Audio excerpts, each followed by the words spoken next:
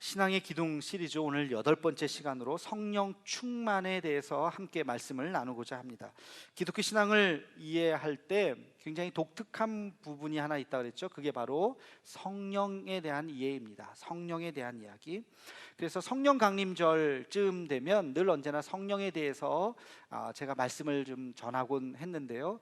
여러분, 성령에 대해서 잘 알지 못하면 이단으로 빠지기가 아주 쉽습니다. 그래서 성령에 대해서는 여러분들이 잘 관심 있게 보아야 잘못된 성령론에 휩싸이지 않게 되는 것이죠. 기독교 신앙에 대한 이해를 우리는 크게 한 3가지로 이렇게 정리를 해볼 수가 있어요. 이 3가지를 잘 이해하셔야 우리가 곁길로 가지 않습니다. 첫 번째는 하나님이 누구신가에 대한 이야기입니다. 그래서 소위 신론이라고 이야기하는데요. 하나님이 누구인가? 우리가 믿는 하나님은 어떤 하나님이세요? 삼위일체 하나님이시죠. 성부, 성자, 성령으로 하나 된 삼위일체 하나님에 대한 정확한 이해와 개념이 있어야 되고, 두 번째는 예수님이 누구신가에 대한, 소위 말해서 기독론에 대한 이해가 정확하게 있으셔야 돼요. 예수님께서 왜 십자가에 달려 죽으셨는가? 그래서 구원이란 무엇인가? 또 부활이란 무엇인가에 대한 예수님에 대한 올바른 이해를 갖고 있는 것이 우리 신앙의 아주 중요한 하나의 기둥이죠. 그리고 마지막으로 여러분이 꼭 기억해야 되는 것이 바로 성령론입니다. 성령은 어떤 분이신가? 성령에 대한 이해가 헷갈리면, 흔들리면 아까 말씀드린 대로 이단에 빠지기가 쉬워요. 이단이 성령론을 가지고서 우리에게 막 접근을 하기 때문에 귀에 걸면 귀걸이, 코에 걸면 코걸이처럼 이해하시면 안 된다는 것이죠. 자, 제가 한번 물어보겠습니다. 여러분 마음속에 이미 성령께서 계실까요? 안 계실까요? 계신다고 생각하면 아멘 하시기 바랍니다. 네, 아멘이죠. 네, 아멘을 할까 말까 망설이는 분이 계시면 안 되죠. 내가 진짜 성령 받았나? 라고 머뭇거리시면 안 돼요. 왜? 어떨 때 우리가 성령을 받는 거죠? 우리 고린도전서 12장 3절 말씀을 우리 함께 같이 읽어보도록 하겠습니다. 시작. 그러므로 내가 너희에게 알리노니 하나님의 영으로 말하는 자는 누구든지 예수를 저주할 자라 하지 아니하고 또 성령으로 아니하고는 누구든지 예수를 주시라 할 수 없느니라. 아멘. 성령으로 하지 않고서는 예수를 주라고 말할 수 없다. 다시 말해서 예수님을 구주로 고백하십니까? 대답해 보세요. 예수님을 구주로 고백하십니까? 아멘 하는 순간 이미 우리는 우리 마음속에 누가 계세요? 성령께서 계시는 거예요. 그러니까 무슨 방언을 받고 무슨 신비적인 것을 체험해야만 성령이 있는 것이 아니라 이미 나는 예수님을 믿습니다, 예수님이 나의 구원자가 되심을 믿습니다 하는 순간 이미 성령께서 우리 마음속에 와 계시다고 하는 것이죠. 우리가 정확하게 성령이 어떤 분인가를 이해를 하셔야 돼요. 자, 그러면 성령이 우리 마음속에 어떻게 임하셨을까? 이런 질문을 할 수가 있어요. 이 질문에 대한 답을 얻기 위해서 처음 성령께서 이 땅에 어떻게 오셨는지를 생각하면 돼요. 처음 성령께서 이 땅에 언제 오셨어요? 마가의 다락방 오순절에, 그렇죠? 마가의 다락방에 120여 명이 모여서 간절히 성령을 구하며 기도할 때 예수님께서 올라가시면서 성령이 임할 거라고 말씀하셨기 때문에 성령이 뭔지도 모르고 성령이여 임하소서, 성령이여 임하소서 함께 같이 모여서 기도할 때 성령이 임하신 거잖아요, 그렇죠? 그러니까 성령께서 언제 임하셨어요? 기도할 때, 모여서 기도할 때. 여러분, 성령은 기도하는 자에게 임하는 줄 믿으시기 바랍니다. 가만히 있을 때 성령이 임하시는 것이 아니에요. 주님을 간구하고 기도하고 주님 이 시간 성령 하나님 임하여 주옵소서라고 간절히 기도하는 자에게 성령께서 임하시는 것입니다. 그런데 오늘 주제는 성령의 임재를 이야기하는 것이 아니에요. 성령이 임하는 것을 성령의 임재라고 하는데 오늘의 주제는 성령의 임재가 아니라 제목이 뭐예요? 성령 충만. 성령 충만의 유익, 이것이 오늘 말씀의 제목이에요. 그러니까 성령 충만을 제가 이야기하려고 그래요. 성령의 임재는 뭐고 또 성령의 충만은 뭐냐? 여러분, 성령과 관련된 여러 가지 개념들이 조금씩 달라요. 한번 정리를 한번 해봅시다. 제일 첫 번째, 성령의 임재가 있어요. 말 그대로 성령께서 임하시는 거예요. 여러분이 예수님을 구주로 고백하는 그 순간 머뭇거리지 않고, 예수님의 그 십자가가 나를 위한 십자가였구나 하는 것을 알고 내가 이제부터 주님을 믿겠습니다 하는 그 순간, 아멘 하는 순간, 이게 성령으로 하지 않고는 아멘이란 말이 안 나온다고요. 도저히 나오지 않는다고요. 그게 바로 성령의 임재예요. 성령이 우리 마음속에 임하다는 것입니다. 두 번째는 성령 세례라는 것이 있어요. 여러분, 물 세례가 뭐예요? 물 속에 잠기는 게 물 세례죠. 우리 장로교는 뭐 이렇게 약식으로 하지만 보통 물에 이렇게 잠겨야 되는 거예요. 성령 세례는 뭘까요? 성령에 잠기는 거예요. 성령에 완전히 잠기는 것을 성령 세례라 그래요. 다시 말하면 성령 하나님이 나를 완전히 사로잡는 그 순간, 성령의 은혜를 완전히 경험하는 그 순간, 그 뭐라고 표현해야 될까요? 그 짜릿하고 그 감동에 가슴 벅찬, 어떤 사람은 눈물을 흘리고 어떤 사람은 막 정말 그 마음을 주체할 수 없어서 막 나가서 춤을 추고, 감당할 수 없는 그 은혜, 그것을 경험하는 그 순간, 이것을 우리 다른 표현으로 이야기하면 하나님을 인격적으로 만나는 순간이라고 말할 수 있죠. 그렇죠? 그냥 마당만 밟고 5년 10년 왔다 갔다 등록하고 세례 받아도, 그렇지 나 세례 받았지 언제지? 언제 받은 것 같은데 기억도 잘 안 나고 그냥 왔다 갔다 그렇게 소위 말해서 나일론 신자로 5년 10년 20년 다닐 수도 있어요. 그분 아직 성령 세례를 받은 분이 아니에요. 성령 세례는 성령으로 완전히 부인할 수 없는 엄청난 그 은혜를 경험하는 것, 그게 성령 세례예요. 근데 성령, 우리가 세례를 한 번만 받듯이 성령 세례는 한 순간 체험하는 하나님의 은혜에 대한 체험이에요. 그러면 세 번째, 성령 충만은 뭐냐? 성령 충만은 계속해서 성령께서 나를 사로잡고 성령 하나님의 은혜로 계속해서 살아가는 지속적인 상태를 성령 충만이라 그러는 거예요. 한순간이 아니에요. 한순간, 성령 세례를 받았던 한순간이 아니라 계속해서 성령 충만한 삶을 살아가는 것이죠.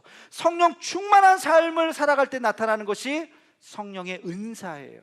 하나님께서 재능을 주시고 특별한 일들을 잘할 수 있는 능력을 주십니다. 그게 성령의 은사예요. 나를 통해서 무엇인가가 나타나는 거예요. 그리고 그것이 내 인격 속에 맺어지는 것이 성령의 열매인 것입니다. 인격으로 그것이 드러나는 거예요. 그래서 성령에 대한 이해를 여러분이 그렇게 좀 정리를 하셔야 돼요. 그래서 성령의 임재부터 성령의 열매까지 모든 성령과 함께하는 그 삶을 성령의 역사라고 이야기하는 것입니다. 그러니까 예수님을 영접하는 그 순간 성령께서 우리와 함께 하시고, 우리가 이 세상을 떠나가는 그 순간까지 성령 하나님은 우리와 함께 하시면서 우리의 삶을 역사해 나아가시는 것이죠. 여러분, 이것을 우리가 잘 기억해야 됩니다. 어느 목사님이요, 아이들 집회 때 얘들아 성령을 구하라, 성령 충만을 구하라 막 그 얘기했더니 어떤 애가 번쩍 손을 들면서 목사님 성령 받으면 좋아요? 그러더라는 거예요. 그때 목사님이 성령 받으면 좋다는 얘기를 안 하고 무조건 성령 충만해라, 성령 충만해라. 애들이 성령 충만하면 뭐가 좋지? 성령 충만하면 뭐가 생기나?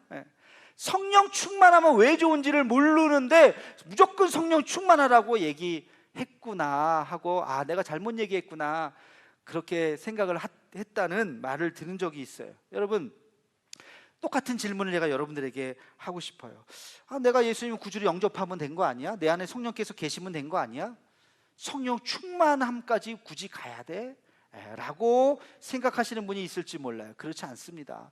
여러분, 성령께서 우리 안에 임재하시고 이제부터는 성령의 삶을 살아야 돼요. 충만한 삶을 살아야 돼요. 성령께서 나와 함께 하시는 그 멋지고 아름다운 인생을 여러분 기대하시면서 그것을 추구하시면서 그렇게 사셔야 하는 것입니다. 그래서 오늘 말씀의 제목이 성령 충만의 유익이라는 거예요. 이거 뭐 유익과 불이익을 의미하는 것이 아니라 성령 충만할 때 우리는 이런 삶을 살 수 있다는 것이죠. 자, 세 가지만 말씀을 드리겠습니다. 잘 기억하시기 바랍니다. 무엇이 성령 충만한 삶인가? 또 성령 충만한 삶을 살 때 우리가 어떠한 삶이 드러나게 되는가? 첫 번째, 성령 충만한 삶은 유혹과 고난, 유혹이 있고 고난이 있죠. 또 좌절과 낙심, 우리가 그 어떤 삶 가운데서도 그 고난을 이겨낼 수 있는 능력이 성령 하나님으로부터 주어지는 줄로 믿으시기 바랍니다. 여러분, 세상 살다 보면 유혹이 얼마나 많습니까? 정말 유혹이 많은 세상이에요. 요즘은 조금만 눈만 돌려도 우리를 유혹하는 손길들이 얼마나 많은지 몰라요. 죄 지을 것들이 정말 많습니다. 정신 바짝 차리지 않고 살면 나도 모르게 어딘가에 수렁에 빠져서 허우적거릴 수밖에 없는 세상이에요. 그 유혹의 손길을 뿌리칠 수 있는 마음, 또 세상 살다 보면 고난이 있어요. 역경이 있어요. 실망이 있어요. 분노가 있어요. 좌절이 있어요. 이런 모든 우리의 감정들, 안 좋은 그런 일들, 그런 사건들을 우리가 어떻게 믿음 안에서 잘 승리하면서 이겨나갈 수 있느냐? 성령 충만함이 아니면 우리가 이 믿음의 가시밭길을 걸어가기가 쉽지 않다는 것입니다. 그럴 때 기억해야 되는 말씀이 있어요. 그게 뭐예요? 술 취하지 말라. 오늘 말씀.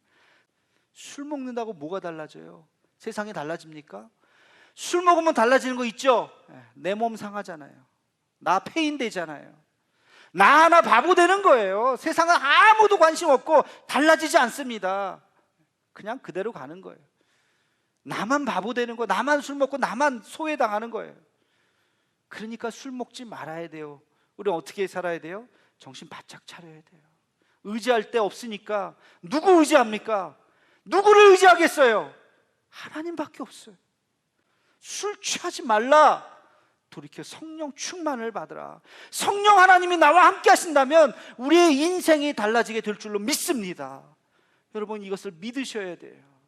성령 충만함을 받는다고 하는 것은 우리의 어떤 고난과 역경을 이겨낼 수 있는, 어떤 유혹도 뿌리칠 수 있는 믿음을 갖게 되는 줄로 믿습니다.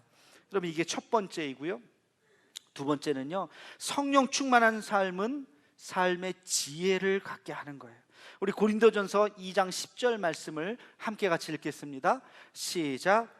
오직 하나님이 성령으로 이것을 우리에게 보이셨으니 성령은 모든 것 곧 하나님의 깊은 것까지도 통달하시느니라.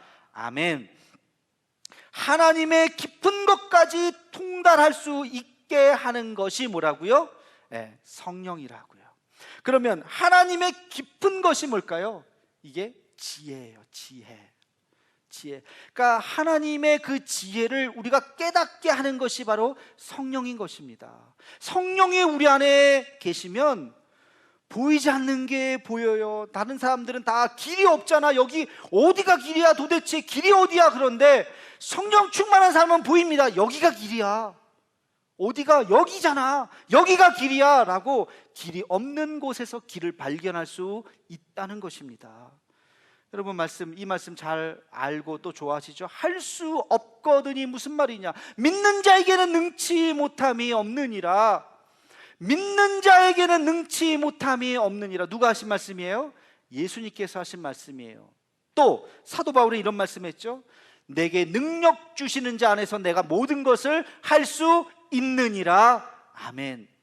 저는 예전에 이 두 말씀을 묵상하면서 그렇지, 이것은 도전하고 또 도전하고 또 도전하고 할 수 없거든이 무슨 말이냐, 한 번 더 해라, 한 번 더 해라, 열정에 대한 말씀이구나 라고 생각을 했어요. 근데요, 다시 한번 이 말씀을 묵상하니까 아니에요. 물론 열정일 수도 있지만 열정보다 더 중요한 것, 그것은 바로 지혜라는 것입니다. 여러분, 안 되는 방법 가지고 10번, 100번, 1000번, 10,000번을 해보세요. 되나? 안 돼요. 그 방법 갖고는 안 되는 거예요. 그러면 포기하고 다른 방법으로 해야 돼요. 다른 방법으로. 그게 지혜예요. 할 수 없거든이 무슨 말이냐? 믿는 자에게는 능치 못함이, 그거는 열정을 가지고 또 하고 또 하고 또 하고가 아니라 다른 방법으로 해라. 내게 능력 주시는 자 안에서 내가 모든 것을 할 수 있다. 지금은 안 되지만 또 하고 또 하고에 대한 열정보다도 다른 방법으로 하나님의 지혜를 구하라는 것이죠. 여러분, 할 수 있다는 그 고집, 그것을 버리셔야 돼요. 그리고 하나님의 지혜를 구하셔야 돼요. 성령 충만한 자는 하나님의 지혜를, 하나님의 깊은 것을 통달할 수 있는 마음을 주신다고요. 요즘에 목회자들 신문 잡지 할 것 없이 쭉 보면요, 세미나의 온통 주제가 뭘까요? 모든 세미나의 주제가 포스트 코로나, 포스트 코로나 목회, 포스트 코로나 교육, 포스트 코로나 시대의 전도 다 포스트 코로나가 지금 온 세상의 주제가 돼버렸어요. 다 이해하실 거예요. 세상이 달라지고 있다는 것을 우리가 체험하고 있죠. 지금 이 장면도 참 달라진 모습 아닙니까? 이 장면도 주일 11시 3부 예배인데 지금 그 포스트 코로나라고 하는 새로운 세상에 반응하는 세 가지가 있다고 합니다. 첫 번째는요, 선도할 것인가, 두 번째는 단순히 적응할 것인가, 세 번째는 도태할 것인가. 여러분, 선도할 것인가는 뭘까요? 새로운 시대를 분석하고 앞서가는 거예요. 이런 시대가 될 거다. 지금 이렇게 혼란스럽지만 앞으로 이런 시대로 정리가 될 것이다. 거기에 먼저 가서 서 있는 거예요. 먼저 가서 그 시대를 앞서서 선도하는 거예요. 이런 시대가 될 테니까 앞으로 우리가 이런 일들을 먼저 구축하자. 이게 선도죠. 선도하는 기업이 있을 것이고 선도하는 하나의 집단이 있을 것입니다. 그리고 또 하나는 적응하는 거예요. 눈치 보면서 요렇게 가네? 그러면 따라가고, 또 어디로 가지? 요로 가네? 그러면 또 이렇게 따라가고. 따라가는 것만 해도, 적응해 가는 것만 해도 나쁘지 않다고 생각해요. 선도할 힘이 없다면, 선도할 능력이 없다면 잘 따라가기만 해도 괜찮아요. 문제는 도태예요. 도태. 에휴, 다시 이러다가 원점으로 돌아갈 거야. 똑같지 뭐. 그저 그럴 거야. 아유, 이거 괜히 과장되는 거야. 아무것도 아니야. 현실을 부정하고 현실에 안주하는 사람들은 어느 순간 사라져요. 도태돼요. 시대를 볼 수 있는 지혜가 필요하다는 거예요. 지금 이게 어느 시대일까? 지금 이 시대가 어떤 시대일까? 여러분, 이 변화는 시작됐습니다. 이것을 심각하게 받아들이느냐, 안주하느냐, 그냥 다시 돌아갈 거라고 생각하느냐, 그 선택이 지금 우리에게 있는 것입니다. 유튜브를 보다 보니까 어느 교회에서 부흥회를 하더라고요. 와, 이 시대에 부흥회를 해? 저는 올해 부흥회를 안 해야 되겠다. 아니, 못한다. 안 하는 게 아니라 못하는 거죠.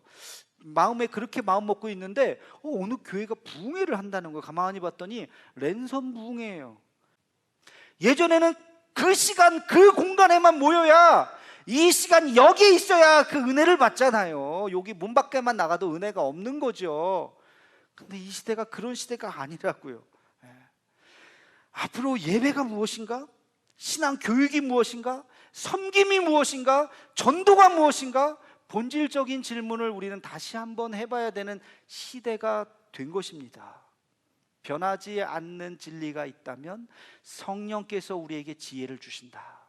성령 충만함, 이것은 변하지 않는 진리죠. 하나님 앞에 기도하며 하나님께서 우리에게 주시는 성령 충만함으로 우리가 이 세상을 살아가는 거예요. 온라인 오프라인이라고 하는 그 경계가 허물어져 버렸지만, 그러나 성령 안에서 우리가 어떤 지혜로 살아가야 할 것인가는 여전히 우리에게 유효한 것입니다. 여러분, 이 시대는 더 그래서 하나님 앞에 분별력이 필요하고 더 하나님의 지혜가 필요한 시대예요. 하나님의 지혜를 구하면서 새로운 시대를 이끌어 나가는 저와 여러분이 되기를 주의 이름으로 축원합니다.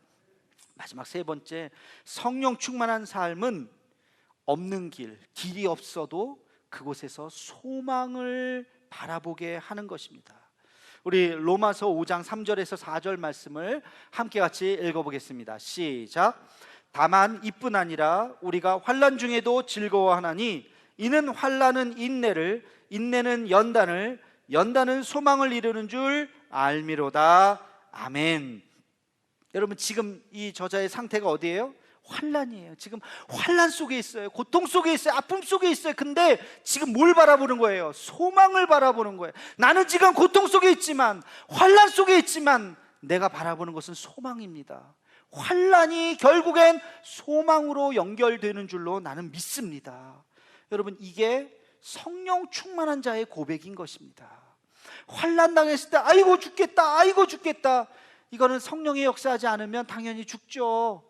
그러나 환난 중에 있지만 아니요, 이것이 결국엔 나에게 소망이 될 것입니다.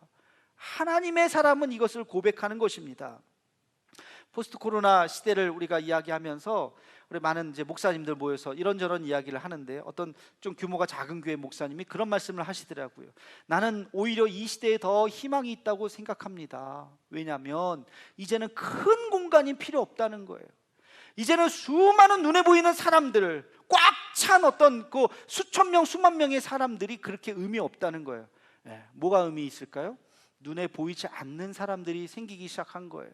여러분, 지금 우리 교우들이 지금 이렇게밖에 안 보이지만 옆에 빈자리가 많지만 요만큼만 있나요? 다른 분은 없나요? 아니죠. 어디 계세요? 온라인 속에 들어가 계시죠? 온라인 영상 속에 들어가 계시는 거예요. 눈에 안 보이지만 없는 게 아니에요. 여전히 존재해요. 그래서 그분은 영상에 강한, 온라인에 강한 교회를 추구해야 되겠다라고 하는 꿈을 꾸시더라고요. 비록 우리 교회는 작은 숫자지만 온라인에는 굉장히 많은 사람들이 있어요.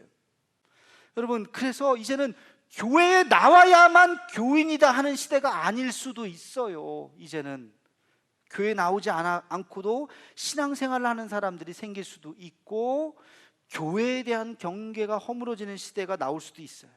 건물이 교회가 아니라 꼭 마당을 밟고 꼭 이 자리에 우리의 육체를 가지고 이 자리에 와야 교인이 아니라 새로운 시대가 될 수도 있겠구나. 여러분, 내 삶의 자리가 있는 곳, 그것이 교회죠. 그 신학적으로 그렇습니다. 우리가 교회고 내가 있는 그곳이 교회예요. 정말 그 신학적인 의미에서 그런 교회가 생길 수 있다는 것입니다. 이 변화가 어디까지 갈 것인가? 우리가 어디까지 이 변화를 용납할 것인가? 인정할 것인가? 여전히 숙제로 남아있고, 포스트 코로나 시대에 우리가 풀어야 할 이 시대의 교회의 질문이죠. 여러분, 성령 충만한 삶이 뭘까? 그냥 성령 받고 예수 믿었으면 끝이지. 아니요, 지금 이 시대를 살아갈 때 정말로 필요한 것이 성령 충만함입니다. 제가 세 가지 말씀드렸죠. 죄의 유혹, 고난, 역경, 여기서 이겨낼 수 있으려면 성령의 충만함이 필요하다. 삶의 지혜를 얻으려면 성령의 충만함이 필요하다. 그리고 이 절망의 삶 속에서 우리가 소망을 보기 위해서는 성령 충만함이 필요하다. 여러분, 이것은 기도하지 않고는 얻어질 수 없습니다. 하나님이 우리와 함께하지 않고서는 결코 그 길로 나아갈 수 없습니다. 오늘도 하나님 앞에 간절히 엎드리는 우리가 되기를 소망합니다. 여러분, 지금 우리 한국교회를 보면서 얼마나 가슴 아프지 않습니까? 아이들이 창피해서 교회를 못 나가는 세상이 돼버렸어요. 제가 그걸 보면서 얼마나, 지난주에 이찬수 목사님 분당 우리 교회 설교도 제가 들어봤더니 그 다음 세대 아이들이요, 창피해서 교회를 못 간다고 그 교회학교 담당 목사님이 눈물을 흘리면서 그 목사님에게 이야기하더라는 거예요. 여러분, 교회 다니는 게 이젠 창피한 시대가 돼버렸어요. 저는 어렸을 때 교회 다니는 것이 자랑스러웠어요. 교회 다니는 거 뿌듯했어요. 나 교회 다녀, 너 교회 가야 돼. 전도 당당하게 했어요. 근데 지금 우리 자녀들은요, 교회 다니는 게 창피하대요. 교회 다닌다고 차별당한대요. 어쩌다 이렇게 됐습니까? 우리가 눈물 흘리면서 정말 하나님, 우리 한국교회를 다시 한번 붙잡아 달라고. 여러분, 뭐 정부 탓하지 마십시오. 뭐 언론 탓하지 마십시오. 물론 그런 부분도 있을 거예요. 그러나 우리 잘못이에요. 우리가 하나님 앞에 바로 서지 못했던, 성령 하나님께서 우리를 붙잡아 달라고, 유혹에 빠지지 않게 해달라고, 우리 한국 기독교가 바른 길로 걸어가게 해달라고 주님 앞에 이 한 주간도 엎드려 기도하는 우리가 되기를 주의 이름으로 축원합니다.